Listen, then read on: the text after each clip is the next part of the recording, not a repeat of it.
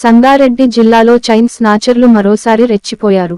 సంగారెడ్డి జిల్లా రామచంద్రపురం మండలం అమీన్పూర్ వెంకటరమణ కాలనీలో శుక్రవారం ఉదయం ఓ మహిళ నడుస్తూ వెళ్తుండగా ఇద్దరు చైన్ స్నాచర్లు ద్విచక్ర వాహనంపై వచ్చి రెప్పపాటులో మహిళ మెడలోంచి 8 తులాల బంగారు గొలుసును తెంపుకుని అక్కడి నుంచి పరారయ్యారు. సమాచారం అందుకున్న సిఐ నాగరాజు ఘటన స్థలానికి చేరుకుని సీసీ ఫుటేజ్ని పరిశీలించారు. ఘటనపై కేసు నమోదు చేసి దర్యాప్తు చేపట్టారు. ఈ ఘటన స్థానికంగా సంచలనం సృష్టించింది.